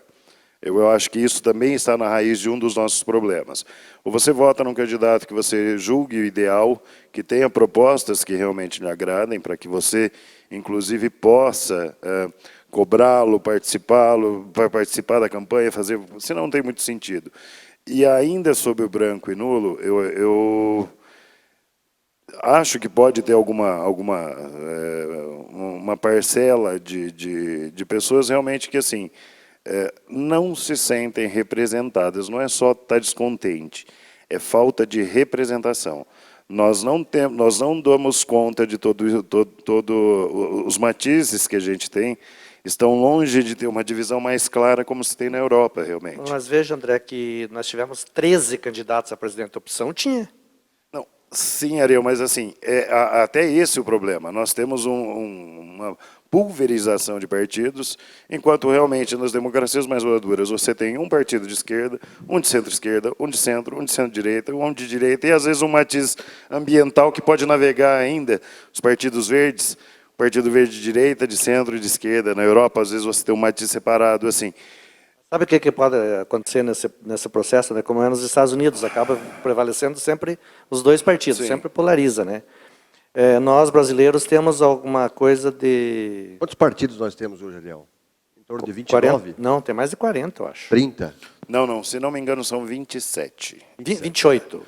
Tá. São 28. 28 partidos. Eu sabia que era algo em torno disso. Poderia ser, no nosso caso também, acaba polarizando ou votar no menos ruim, enfim, porque nós temos uma coisa cultural também, meio genético até. Nós temos uma cultura antropológica de que na hora H você vai pelo mais certo, pelo que você está mais acostumado, você não tem essa tendência muito de radicalizar numa mudança. A gente é muito conservador, mesmo os de esquerda. Eles acabam votando naquele que, não, esse eu já conheço, acho que é um pouco melhor do que aquele, porque já tem essas políticas aqui implantadas. Então, eu acho que eu devo ir nesse aqui. Então, é uma coisa antropológica também, cultural, não sei como é que se pode chamar isso, mas eu acho que também tem que entrar nesse contexto aí. E o Anderson? O Anderson, você está aí ouvindo bastante, né? Vou tacar-lhe uma coisa aí que envolve o que os colegas acabaram de falar. As pessoas estão impacientes, né? Você falou uma outra expressão aí, né? Estão descontentes. As pessoas estão mais impacientes, não estão querendo esperar muito tempo e estão agindo mais rapidamente, né? O conceito de tempo mudou. Eu, quando ligo para uma pessoa e a pessoa não atende o celular, eu fico revoltado, porque eu sinto que ela tem a obrigação de atender. E no passado não era assim, nós esperávamos mais. Nós tínhamos mais paciência com os governantes, com os deputados, éramos mais tolerantes. Mas está acontecendo um efeito cultural de que as pessoas estão assim, meio que à flor da pele, né? E por conta disso se negam a dar voto, se negam a contribuir. Eu não sei se você caminha nessa direção. Então, nessa questão do nulo, eu acho que eu vou puxar um pouco mais agora para a questão da rede social e de algumas estratégias que foram feitas pelos dois candidatos no segundo turno. No primeiro turno eu vi uma baderna assim, nos candidatos. Um caos. Um caos, porque tinha o Eduardo Jorge. Vamos falar em redes sociais e que envolve 47% dos brasileiros. E que entra todo dia 26%. Ainda é pouco para analisar. Talvez no nosso meio aqui o pessoal está mais presente, mas se for olhar lá no povão... Proporcionalmente, ainda, né? A coisa não é bem assim. Então, acho que quem ganha campanha ainda e ganha voto é rua. Ainda tem essa... E os marqueteiros políticos é um mistério, sabem disso? É um mistério... É muito complexo. 2008 eu não podia fazer, mas tinha lá as discussões. 2010... O pessoal tentou fazer o que o Obama fez, eu até vejo que essa campanha do Obama acabou estragando as coisas, que todo mundo acha que aquilo é certo e tenta fazer um Obama mal feito e não funciona. E depois veio a 2012, prefeito, já começou essa... Você sugere que os políticos não sabem usar as redes sociais. Não é que não sabe. Não sabe, mas não é por falta de competência. É porque as redes sociais é um bichinho ali que ele muda demais. A lei de Darwin, em questão lá a evolução em rede social está sendo muito rápida, de ver smartphone, né? Quando a gente aprende a lidar com uma coisa, já vem outra. E o povo começa a pensar diferente. E dessa baderna, de você ter o Eduardo Jorge, virou um candidato meio que o povo votava, porque ele é legalzinho, ele era simpático no Twitter. Tudo bem. A Luciana Genro fazia aquela... Eu via mais como um monte de personagem ali, um monte de avatar. Era quase um desenho animado, um debate ali, aqueles primeiros. Porque cada um tinha ali, daí a minha rede social, por exemplo, se fosse ver quem ia ganhar, era a Luciana Genro. Isso me revoltava. Ficava puto, que eu já não concordo com as ideias dela. E eu vejo assim, a rede social, por exemplo, ela não muda voto. Se ganhar voto em rede social, ainda ninguém sabe como fazer. E quando a gente descobrir como que faz, já vai ter mudado. Porque é um organismo tão... Ele está se mutando, porque nós somos muito complexos, e esse clima, essa falta de paciência... A maioria das pessoas fica passando o dedo no feed ou no celular ali, o dedinho vindo aqui, no mouse, e não está lendo nada daquilo. Ele dá um like, às vezes, sem nem ver no que deu like. Tanto que muito sujeito que se vê que dá um like ali numa coisa, ele deu, se você for perguntar para ele, ele não sabe dizer o que era. Ele não leu. E daí tem aquele sujeito que invoca aquela questão do compartilhador, que ele vira um obsessivo por ficar compartilhando. E eu vejo mais a questão... Para ter poder de influenciação? A falha, na verdade, da rede social não é falha, mas é uma questão mais de identidade. O sujeito, ele quer fazer parte de um grupo. Ser reconhecido. Tem cara que postava coisa do Aécio porque queria pegar a menininha que era Aécio. Isso falando da minha rede social, de uma idade até 30 anos, mais ou menos, de 35, 20 a 35. porque o amigo dele votava, mas ele queria mais, era mais para se pôr no mundo, mais essa questão de identidade, e principalmente depois de 2013, o cara queria se identificar. Aí ele já escolhia, e às vezes o cara até mudava de lado, mas daí ele não manifestava isso, porque seria um pouco vergonhoso.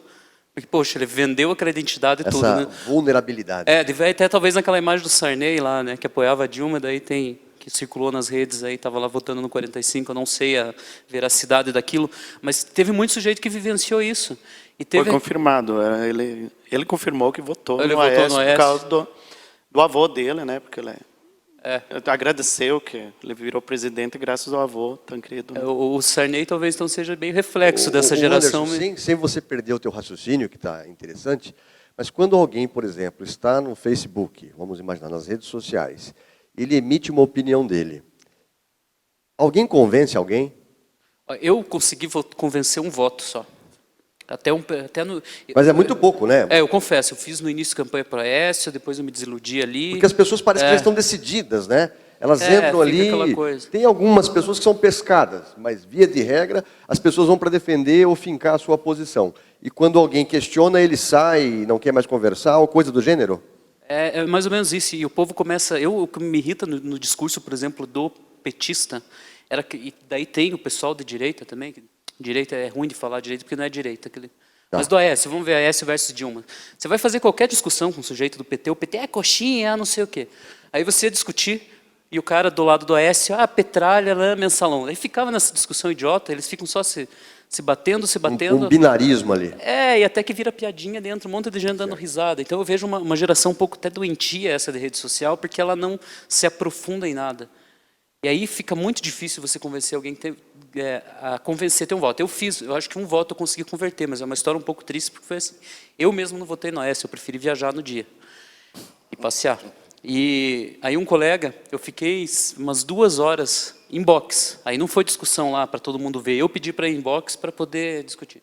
Ele falou, não, você me convenceu, vou votar no Aécio, tudo beleza, né? E estava tudo certo. Até o dia que eu cheguei em Curitiba, encontrei ele lá. Eu falei, você não ia votar no Aécio? Ele, não, eu não vou votar. Ele mora em Medianeira. Ou seja, eu perdi 2 horas para convencer um cara que nem sequer foi votar. E aí você vê essa crise de identidade da rede social, que eu acho...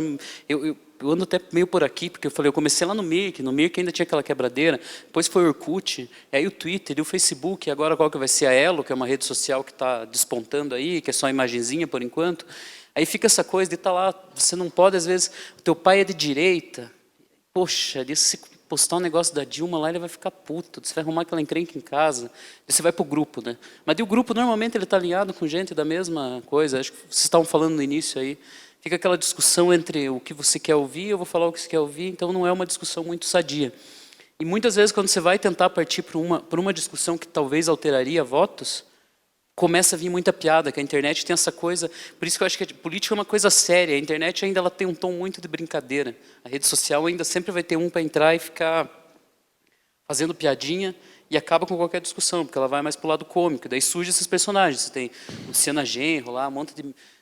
O caso de uma menina que eu vi pessoalmente, lá não, eu sou Luciana Genro falando sobre no Facebook, descendo a coisa todo aquele discurso bonito da Luciana Genro. E aí a gente estava Contra o sistema, o discurso contra o sistema, exato. Daí estava lá um carregador da Apple, de um iPhone lá num canto da parede, num salão de festas, que alguém esqueceu. Ela foi lá e pegou o carregador e falou, você vai devolvê-la para o porteiro? Não, eu estou precisando de um. Puxa, né? Estava com aquele discurso tudo bonitinho, tudo assim, por alguma coisa, daí... E eu acho que o ser humano tende a cair, a rede social, eu vejo uma falsidade desgraçada. Tá certo. Algum comentário mais aí, professor? Eu acho o seguinte, que as redes sociais foram fundamentais para a vitória da Dilma. Acho que sem a internet, sem as novas mídias, ela teria perdido. Sem os blogs, sem a Facebook. Acho que Twitter, não sei se influencia. Mas tem as pessoas que participam dos grupos, que debatem. Acho que os grupos eles foram muito bem utilizados, principalmente na troca de informação. O grupo é interessante, que você pega uma informação, o sujeito consegue lá ter uma novidade, uma nova, um vídeo que consegue achar. Eu mesmo achei alguns vídeos, compartilhava nos grupos, aí esse material era disseminado no Face direto. O Twitter, não conheço muito bem, que eu não lido com o Twitter, mas o WhatsApp também foi muito utilizado, principalmente os grupos. E eu acho que os grupos, eles reafirmam, entendeu? Eles reafirmam o sujeito, ele fica convencido e aceita aquela proposta. E daí tem aquele sujeito discreto que não aparece nos comentários, mas ele vê tuas postagens, ele vê lá, você compartilha um link, ele vai lá, clica no link, lê a notícia, tal, fica pensando e tal, e acaba muitas vezes sendo convencido, né? Principalmente usando os links, usando os blogs, né, que o pessoal compartilha, né, as informações mais atualizadas, né? Então, eu acho que ela teve um papel fundamental na eleição. Porque sem as novas mídias, a Dilma, acredito, teria perdido. Eu acho que a diferença foi muito pequena, em torno de 3%. Se fosse dividir, nem se o Aécio tivesse tirado 2% a mais, ele teria vencido. Atualmente, na questão política e redes, em campanha, é bem isso que você falou. Ela é mais efetivo um político, eu vou me candidatar, vou montar minha equipe de redes sociais. Mas é mais efetivo ele usar ela para militância. Para você tratar do teu pessoal. Você vai pregar para os teus convertidos. Foi até um artigo que circulou por aí, que eu acho que era esse título, que o Aécio pregou para convertidos. Então, a rede social, ela acho que ela funciona mesmo para mobilizar, para alimentar o discurso. Eu vi a do Aécio, eu não sei se a Dilma fez, no site tinha um portal que era uma espécie de rede social interna do PSDB, mas se nada funcionar, um negócio super complicado, super difícil de achar, então falhou nesse ponto, mas era justamente para isso, era para alimentar o discurso, para você tentar dar uma unidade de discurso na campanha. Só que eu acho que ao mesmo tempo que isso funciona, ele tende a ser muito falho, porque quando você fala em rede social, você está falando de uma coisa orgânica, que mexe com a identidade do indivíduo, que mexe com todo o círculo social dele, então é muito ainda difícil você dar o mesmo discurso, mas essas redes acho que elas servem mais para isso mesmo. Mas eu acho que o Andy falou uma coisa importante aqui, porque também são questões de momento. Eu lembro em junho do ano passado, toda aquela mobilização daqueles movimentos que saíram às ruas, que foi uma coisa extraordinária. Eu até achei que o mundo ia mudar, mas foi só naquele momento. Para onde foram aquelas pessoas? E agora nas eleições, votaram no Tiririca de novo, votaram no Maluf, que nem candidato podia ser. Então, é uma coisa de momento, porque o Andy disse que daqui a pouco mudou o foco, muda todo o debate nas redes sociais. Então, é uma coisa ainda, né? É ainda uma coisa muito, de formação muito efêmera, eu acho. As redes sociais têm servido para muita gente se manifestar, mas para ser reconhecido como sujeito, que às vezes ele não tem um outro espaço para fazer isso. Então, ele acaba, como diria a psicanálise, é uma forma de sublimação e de autorreconhecimento e reconhecimento dos outros, eu clicando, eu aparecendo. Talvez também possa ser isso, não possa ser isso, mas não necessariamente eu vejo uma politização através das redes sociais. Mas é despejar coisas e muitas vezes ofender as pessoas, ou como disse o professor Francis Mar, muitos irresponsáveis se lançam na rede e não assumem nada, enfim, é uma coisa perigosa às vezes. Se desconectam rapidamente e se conectam novamente. E o problema também é que o sujeito vira macho na internet, né? O sujeito pode ser um tadeia, mas na rede, ele na frente do teclado, ele se torna o cara mais forte do mundo e consegue tecer tudo, sem pensar porque está fazendo ali naquele ciclo ali, porque ele está com... a diferença dos outros canais de marketing político, você vê a TV, o cara senta na sala e vai ouvir realmente a Dilma falando, depois o Aécio, depois o Eduardo, com aqueles 2 minutos lá, aquela diferença de minuto por causa da coligação. O rádio o cara está ouvindo, ainda tem outros estímulos, mas está ouvindo uma coisa. A internet é essa jossa, porque ao mesmo tempo que o cara está vendo o discurso da Dilma, ele interrompe para ver um gatinho, e aí ele interrompe para conversar com alguém que ele está falando sobre a balada, que ele vai no final de semana, então não fica aquela coisa muito... Certo. Eu quero colocar um assunto interessante, e a gente iria bem mais tarde aí com essa problemática do Facebook e das redes sociais. Mas eu queria, até para não inviabilizar a discussão, tocar numa questão que todos podem também se participarem efetivamente, que é a questão da corrupção, né? Foi falado bastante da questão econômica, né? Da percepção econômica do eleitor, e afirmações interessantes de que se o cenário econômico tivesse melhora, né, você mesmo falou que a Dilma talvez tivesse ganhado com maior facilidade. Eu queria perguntar para vocês, e também fazer uma afirmação aqui, sobre a percepção de corrupção. ela é muito perceptível no processo eleitoral, né? Porque foi escancarado escândalos de corrupção, algumas verdades e inverdades, mas parece que esse não é o fator determinante da escolha de um voto, né? Parece que esse é um critério que é avaliado, tem a sua importância, mas não é um fator determinante para se escolher em votar no PT ou no PSDB ou em qualquer outro candidato. Então, o problema da corrupção é um fenômeno, é um fator que merece uma discussão, né? Sempre existiu, mas agora está mais aflorado, até pela liberdade de expressão e pela questão midiática, que, de certa forma, irresponsável, acusa, né, e a coisa é jogada ao ar. Mas nós tivemos aí a questão do mensalão, não atrapalhou o Lula naquela eleição, né? A questão da Petrobras não inviabilizou a Dilma, mesmo ela sendo governista, né? Enfim, no nosso estado, na nossa cidade, parece que esse não é o fator determinante. Não deveria ser, porque é um fator de caráter, de honestidade, de valores, né? Seria isso também uma imaturidade democrática? Porque se a pessoa é desonesta, né, se a pessoa é comprovadamente corrupta, não deveria... tá bom, ficha limpa, mas não vingou. A verdade é que não vingou. E o caráter... corrupção é um caráter secundário. O caráter econômico, então, é um caráter predominante no processo. E daí? Bom, infelizmente, eu concordo com o que você disse, não é determinante. Não é determinante há muito tempo. Ademar rouba mais faz, né? Você remete a 40, 50 anos atrás de pessoas notoriamente corruptas e que se dão bem nos pleitos eleitorais. A gente tem vários ao longo da nossa história política, e em todos os âmbitos, né? Municipal, estadual e federal. E essa eleição, novamente, né, essa questão, ela não é central. Ela não é central porque eu percebo que as pessoas, infelizmente, fazem uma leitura. A corrupção está dada. Ela faz parte do nosso... É irreversível. É irreversível. O fisiologismo e a compra do nosso Congresso é inevitável, seja qual for o partido político. É um pouco esse o discurso. É um discurso, por exemplo, só para entender, que o PT sempre bateu enquanto oposição, enquanto situação ele também incorporou isso, incorporou o PMDB, o fisiologismo, a corrupção. Então, assim, eu acho que o que mudou foi, existia uma esperança com relação ao PT nisso, que já não existia com outros partidos. Houve uma banalização. Definitiva. Eu diria que aí ela foi definitiva. E isso talvez seja sério.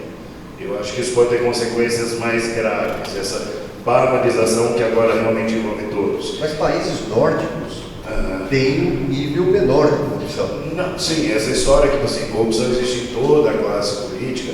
Não, se você comparar o que acontece aqui, tem alguns países com um cenário infelizmente igual ao nosso, mas você tem países onde a corrupção na classe política é quase que inadmissível.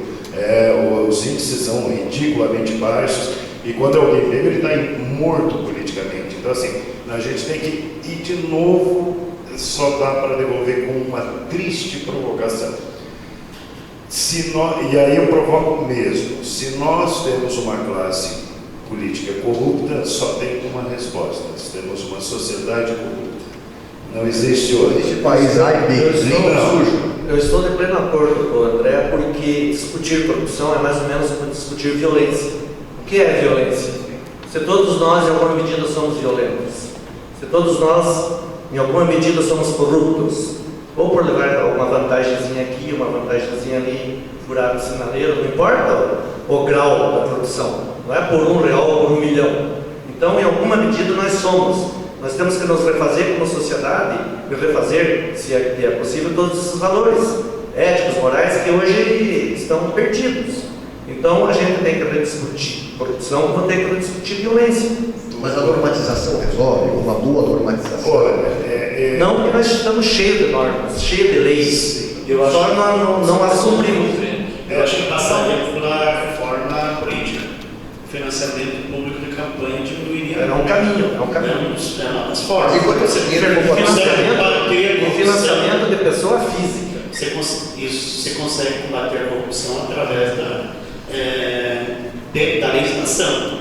Né? A mudança cultural do indivíduo é um processo muito longo. Até porque nós vemos uma cultura que é bonito até ser corrupto, se aproveitar do patrimônio público e tal. Então eu quero ser prefeito não para fazer as coisas, mas para o meu grupo que se apropria, né, daquilo, a apropriação do patrimônio público. E eu acho que através de uma legislação você consegue combater isso. Outra questão que eu vejo é que o discurso de corrupção, ele também é um discurso muito usado pela direita. Se você olhar para a história do Brasil, Getúlio Vargas suicidou o discurso de corrupção. JK é usado por corruptos, os grandes presidentes, Jânio foi derrubado por causa da corrupção. Sempre quando a direita não tem proposta, projeto acima do centro ou de qualquer outro grupo mais desenvolvimentista, esse discurso sempre aparece, né, de corrupção. É um problema sério no Brasil, mas eu acho que não é só ele. Eu discordo, assim, vários dos notórios que a gente colocou aqui, como candidatos notoriamente corruptos e que eram eleitos, Ademar de Barros, Maluf, são todos candidatos pretensamente de direita, o impeachment do Collor, etc. Mas, historicamente, eu acho que isso não é esquerda e direita. É a humanidade. É Brasil.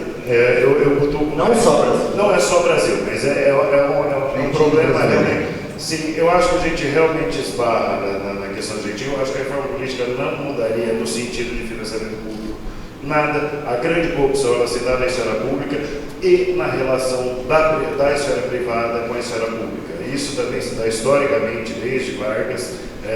O que eu acho assim, nós temos uma tolerância com a corrupção, não com a classe política nossa no dia a dia. É igual aquela ideia, a classe política se perpetua, não se perpetua. O Congresso acabou de renovar 30%, 40%.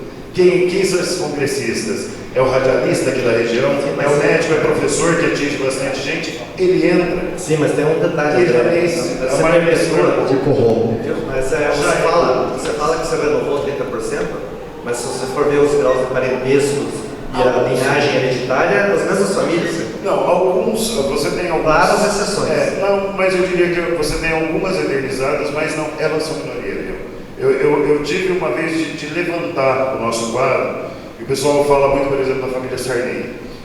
Ele começa a dinastia, na realidade, começa nele, e hoje é uma dinastia politicamente praticamente morta. Chegaram ao ponto que passou, que eles vão. Parece que agora em 2015 o Sarney vai devolver o Maranhão para o Brasil, né?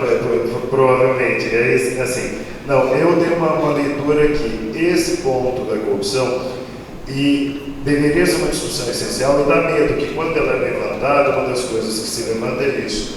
Há um moralismo, ou falar de valores, não. Valor no sentido ético sobre corrupção, ele independe de matiz ideológico e ele deveria ser pré-requisito para qualquer coisa.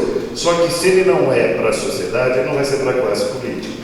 Então, novamente, como resolver isso, não tem a menor ideia. Né? Porque nossa sociedade foi se tornando assim ao longo do tempo, e qual a perspectiva que a gente tem de sair disso, não tenho a menor ideia como. Né?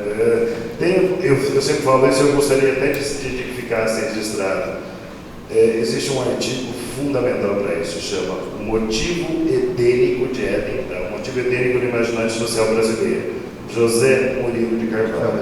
Esse artigo eu acho que é obrigatório para todo mundo, para se repensar enquanto brasileiro e sobre essa esfera da questão da corrupção. Deixa eu falar do dinheiro, né? Porque o dinheiro as pessoas associam a corrupção, o senso comum em especial, com relação ao desvio de dinheiro. E a corrupção não é só desvio de dinheiro, né? Existem outras formas de se corromper e não envolve necessariamente o dinheiro.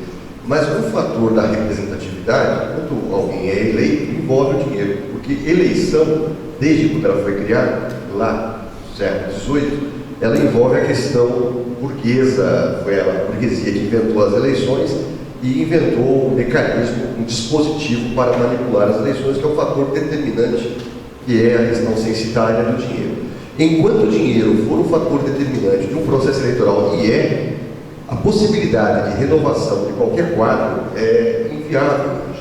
Então, quando fala-se em reforma política, né, a questão do financiamento público que você começou a falar, professor, o privado, estabelecer uma cota, estabelecer um parâmetro, estabelecer uma normatização, poderia ser o começo de um projeto alternativo, porque é completamente inviável alguém concorrer só com as ideias, porque ele nem tem tempo de televisão para expressar suas ideias, e alguém que tem lá 5 minutos, 4 minutos e tem o poder econômico, não só para comprar o voto, mas também para aparecer em melhores condições. Então, é vital. E aí nós falávamos aqui que o PMDB barra a reforma, quer manter os seus privilégios, né? Então não tem saída. Se não mexer na questão do dinheiro, me parece que as eleições estão fadadas ao continuismo da manutenção da manutenção. Ou eu estou errado? Na verdade, você tinha uma esperança talvez na internet de ser o elemento-chave. Poderia ser, mas isso que o André falou, a safadeza brasileira é tão grande assim, isso reflete na história do carregador de iPhone, naquela pessoa que fura a fila. O que aconteceu? Houve uma brecha, né? Eu tenho até medo dessa questão do dinheiro, eu acho que não tem cura, não tem salvação. Porque aí o cara pegou e ele não vai mais declarar dinheiro, mas ele vai dar um jeito de tirar o dinheiro, então ele vai pagar o que vai pagar o dinheiro. Por exemplo, a internet agora se tornou campanha só por internet, tá? Coisa sem custo, você vai ter os meios ali, mas daí o cara paga ali, o militante, tudo por fora. Então a coisa tem de se tornar, pode ser ainda pior, se a coisa cai na internet e continua com essa safadeza, com o instinto de fazer a coisa suja, de levar vantagem, não vejo muita salvação. Talvez sobre isso que a Maria foi. Eu tenho só um ceticismo grande com o financiamento público de campanha. Primeiro, pelo custo disso, sair do nosso bolso, mais uma coisa que eu sempre acho que realmente gasto público tem que ser algo feito com muita parcimônia, muita clareza, muita transparência, e o custo de uma eleição em gasto público, eu acho já isso complicado. Mas, além disso, o que impede você de ter um financiamento público e de você receber por interesses privados e interesses escusos, que é o que a gente tem hoje, em vários setores econômicos, quem na santa ingenuidade acha que esse pessoal não vai continuar contribuindo para depois ter favores nos pleitos licitatórios, etc. Então eu acho assim, vai ser mais um ônus e você não vai resolver. Eu não vejo a menor possibilidade de resolver. Existem alguns mecanismos. Eu não entendo, então. Eu gostaria de ver a materialização disso aí. Isso. Eu vou dar um exemplo para você, mas não é também a verdade da verdade. Né? O custo hoje, existe financiamento público, porque existe o fundo partidário. Os partidos recebem anualmente um repasse do governo por conta do voto destinado ao deputado federal, eleito ou não eleito. Então, se o deputado federal do PMDB, eles reúnem os seus milhões de votos e eles pagam exatamente R$ 7 por um voto ao ano. Então, a quantidade de votos que o PMDB teve dá R$ 7 ao ano. Então, é um fundo partidário respeitável. Aí, um partido que não tem uma votação expressiva para deputado estadual tem também um fundo partidário, mas bem menor. Tudo bem? Alguns países resolveram estabelecer um teto, bem mais baixo do que R$ 7, estabelecendo um limite de votos, e, no caso da iniciativa privada, a doação por CPF, e uma doação limitada. Vamos imaginar, R$ 500 por CPF, certo? Aí tem o CNPJ, mas estabelecia-se também um valor pequeno para cada CNPJ, porque as empresas, pessoa jurídica, exatamente. Então, aí eles vão ter que fazer a manobra, eles vão ter que arrumar, por exemplo, 10 milhões de pessoas e emprestar seus CPFs para fazer a doação. É possível isso aí, mas dificulta. Há um processo de dificultar o processo de adulteração. Mas só para ver como é triste, no fundo partidário tem alguns partidos nanicos e candidatos dos nanicos que é meio de vida. Né? Alguns vivem justamente disso. Se candidatam e se eternizam candidatando, tendo aquela votação pouco expressiva, porque isso implica em recebimento de recurso público. É uma aberração. candidato que pede licença do trabalho, você vê o cara lá, pô, tá de férias, ainda está recebendo dinheirinhos, né? Candidato a vereador, assim. Viu, o tempo está passando muito rápido, nós temos em torno de mais 10 minutos, e tem algumas questões que vieram do público ali, eu vou compartilhar com vocês e vamos tentar responder essas perguntas e depois abrir um pequeno espaço para cada um fazer as suas considerações finais. Pode ser? A pergunta que veio aqui é: como seria uma reforma política no cenário atual, coisa que nós estamos falando aqui também, e para alguns analistas políticos a derrota de Aécio Neves em seu estado natal, Minas Gerais, teria sido decisivo para o resultado final das eleições. Vocês concordam ou discordam? Então, alguém se habilita para responder isso aqui. E aí a gente separa um tempo, não havendo mais perguntas, se for o caso, para um fechamento do raciocínio de cada um. Sobre o Aécio, eu acho que tem um peso, mas não um peso numérico. A diferença foi 500 mil votos em Minas. Se ele tivesse tido 600 mil mais, ele tinha 600 mil menos ainda assim, a Dilma estaria eleita. Então, ainda assim, não foi aquilo, não foi, numericamente não foi decisivo. O que a gente teria de interessante sobre Minas, e eu acho que aí entra o entendimento maior de reforma política, já que somos uma federação, se adotássemos o modelo americano e o Aécio tivesse ganho em Minas, aí ele teria ganho as eleições sem a maioridade dos votos, porque aí você leva para o Estado. E aí, por Estado, ele levaria. No modelo americano, ele teria ganho. Ele perdeu também no modelo americano com o atual. Então, assim, porque eu vi gente falando, se fosse o modelo americano ele ganhou. Não, também não ganhou. Pode somar, como se fossem colégios eleitorais, levar todos os votos do Estado. Não, Aécio perdeu a eleição de todas as maneiras, mesmo com Minas. Né? Minas a diferença teria ficado menor. E Minas fica assim, eu acho, uma imagem para um futuro candidato, desse governador, prejudicada por perder no estado que governou. Isso sim. Muito bem. Alguma outra consideração sobre as perguntas que veio? Tranquilo? Eu acho que ela foi muito bem usada, esse fator aí do Aécio, do candidato dele a governador ter perdido no primeiro turno. Ele refletiu no sentido quase simbólico, né? Que foi usado na campanha, né? Esse fator foi muito usado. Se ele não é aceito no próprio Estado, por que ele deve então governar o restante do Brasil? Se ele for capaz de agradar a população local, né? E aqui também em Minas, né? Um eleitorado bastante distinto, né? Diverso, né? Minas, o norte de Minas, uma região mais pobre, o sul, uma região mais rica, ele ganhou. Então, né? E também porque o Fernando Pimentel foi eleito governador de Minas, né? É um político destacado. E a Dilma Mineiro, isso também equilibrou. Tá certo. Isso também tem a questão que a estratégia do PT foi bem voltada para Minas. Para eles era muito importante ter essa vitória, porque eles criavam um novo fato para... Então eles foram com residentes em Minas, eles criavam um fato para ter essa barganha. Foi usado depois nos debates, aquela coisa da questão da aprovação dele em Minas e dele ter perdido em Minas como governador e no primeiro turno. Então, ali foi bem focado até para ser usado como criar um fato favorável ao PT. Bom, gente, então vamos agora fazer a tentativa de fazer um fechamento, começando então, tem que dar o primeiro pontapé para as suas considerações. Posso E que seja um tempo pequeno, né? Na verdade, não é o primeiro pontapé, é o último pontapé. É o último. Na verdade, eu gostaria, então, de até trouxe anotado aqui para não esquecer, em relação a todas essas questões que nos afligem, que nos incomodam, que foi discutido, o que faltou ser discutido aqui, talvez a gente deva remeter a uma obra do Dostoiévski, Irmãos Karamazov, e na história do Dostoiévski tem um grande inquisidor, e ele está dialogando com Cristo, e é seu prisioneiro, né? Não há preocupação mais aguda para o homem do que encontrar o mais cedo possível um ser a quem possa delegar esse dom da liberdade, que o infeliz traz consigo logo ao nascer. O homem prefere a paz e até mesmo a morte à liberdade de discernir entre o bem e o mal. Você, Cristo, dizia ele, você aumentou a liberdade humana em vez de confiscá-la, e assim você impôs para sempre ao ser mortal os pavores da liberdade. Juro, Cristo, o homem é mais fraco e mais vil do que pensavas. Nós vamos lhe dar uma felicidade adaptada a criaturas fracas como ele.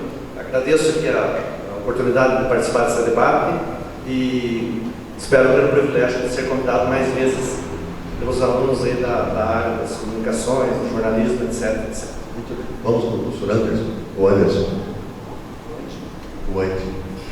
Então, eu agradeço também essa oportunidade aqui no debate e digo, nessa questão, vocês como futuros comunicadores e até mesmo todo mundo que gosta da área e quer na próxima eleição estar afiado para discutir, para poder fazer seu papel bonito lá no Facebook, defender seu candidato, não sei se vai ser o Facebook até lá.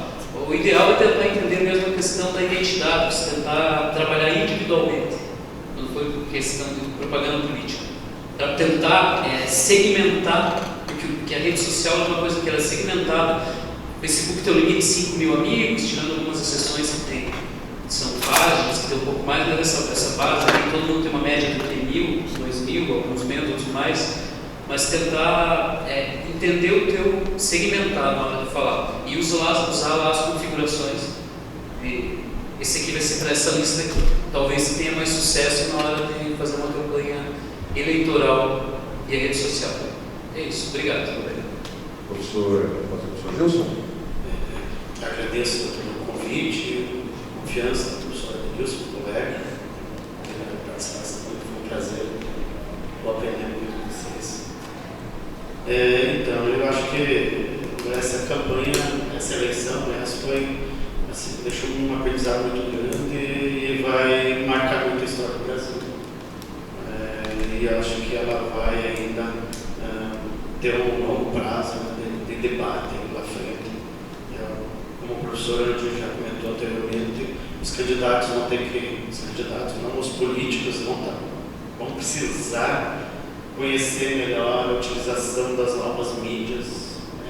A grande mídia ela é controlada por oligopólios, monopólios, medos de famílias que controlam, Mas nós temos as mídias alternativas, temos as pequenas mídias locais, apesar de também serem controladas por grupos internos, porque lá existe também essa relação de lutas internas, mesmo que não seja de classe, mas existem as lutas internas. Mas eu acho que eles vão ter que aprender. A Dilma é uma que vai ter que saber se comunicar melhor com a população. Ela não se comunicou, Ela fez um baita governo, muitas obras, apesar da crise mundial, conseguiu manter o Brasil em um patamar de crescimento, com fortes alianças internacionalmente, e internamente combateu o desemprego, a fome, mas o povo ficou sem saber mesmo o que estava acontecendo. Muitas pessoas foram beneficiadas de toda a obra feita por ela e pelo Lula, acabaram sendo contra, por desconhecer o que está acontecendo no país. Ela deu uma melhorada com a campanha, mas com a campanha no horário eleitoral, mas mesmo assim não conseguiu ter um retorno que eu acho que talvez merecia, como o professor André, acho que poderia até atingir até uns 60%. Muito obrigado. Bom, agradeço também o convite. O que eu acho que eu poderia falar como fala final, o pessoal da comunicação, o pessoal também das ciências humanas, já que eu sou historiador, mas o pessoal da publicidade, do jornalismo, muita gente divulga, e até dissemina como algo positivo, militâncias. Eu realmente confesso que eu tenho todos os receios da militância. Militância é paixão. E paixão do ponto de vista do pensar político ou do pensar algo mais racional do seu voto, eu acho que isso deixa tudo um pouco, um cenário turvo. E por que eu digo isso? Pensando nesse último plano, qualquer candidato apaixonado, o mínimo de racionalismo, sabe que o aeroporto de Cláudio não tem explicação. Sabe que a postura de alguns candidatos, até mesmo o candidato a vice-presidente, não tem. Como não tem explicação PT apoiar o Collor, contra inclusive a Luiz Helena, como não tem explicação estar com a família Sarney e o PSDB com o Dino no Maranhão, são coisas, do ponto de vista de contradições ideológicas, de fisiologismo, E a hora que eu vi a discussão apaixonada de militância pessoal, que é mais um nível abaixo da ideológica já é complicado, pessoal mais ainda. Eu acho que a gente teve uma eleição muito irracional. E a mídia acabou cobrindo parte disso, então fica realmente um alerta de, não é que você não tenha as suas convicções justamente você as forma, lendo todos os meios, ouvindo a todos, não tampando o ouvido como militante. Então eu acho que vale esse último sempre lembrete. Muito bem, eu queria agradecer também a presença de todos vocês aqui, as pessoas que estão nos assistindo, o professor Francis Marco, que me convidou também para estar aqui presente, todos os alunos de jornalismo, publicidade e ciências humanas. Só um último comentário de que, no pior momento da política, as pessoas tendem a qualificar a política, e eu acho que isso é positivo. Ou seja, se a política institucional não está bem, as pessoas começam a discutir isso e nós temos chance de qualificar o debate político. Quando a política institucional vai muito bem, as pessoas se acomodam na sua vida privada e se negam a fazer essa discussão pública. O fato de nós estarmos discutindo isto aqui é um grande sinal de que a política não está bem, senão nós não estaríamos discutindo isso aqui. Então, me parece que não custa discutir. É sempre bom discutir, é sempre bom o debate, posições antagônicas, seja em favor desta causa, daquela causa, né? Mas assim, no caráter da racionalidade. Eu aí emendo a palavra do professor André. O caráter passional, e às vezes a internet tem muito do caráter passional, né? A praça ela é muito mais convidativa do que a ágora, do que, enfim, um espaço meramente virtual, porque as pessoas ficam descomprometidas, né? É fácil falar aquilo, mas não é fácil ir lá na Câmara Municipal, na Assembleia Legislativa, e assumir um posicionamento, né, contra isso ou contra aquilo. Eu agradeço, então, e passo agora a palavra para a nossa mestre de cerimônia. Obrigada. Eu gostaria de agradecer, em nome de todos os alunos de Publicidade e Jornalismo, pela presença de cada um de vocês aqui hoje e pela discussão que, com certeza, vai ajudar muito na nossa bagagem cultural e para futuras discussões e decisões, inclusive. Eu gostaria de agradecer também pela participação de todos que assistiram a esse debate. E a gente gostaria de informar que esse vídeo desse debate e todos os outros estarão disponíveis na nossa página do Facebook e na página do YouTube, também, no canal do YouTube. O certificado de participação será disponibilizado online e as informações sobre o link serão enviadas pelos e-mails preenchidos na lista de presença lá fora. Então, muito obrigada e boa tarde a todos.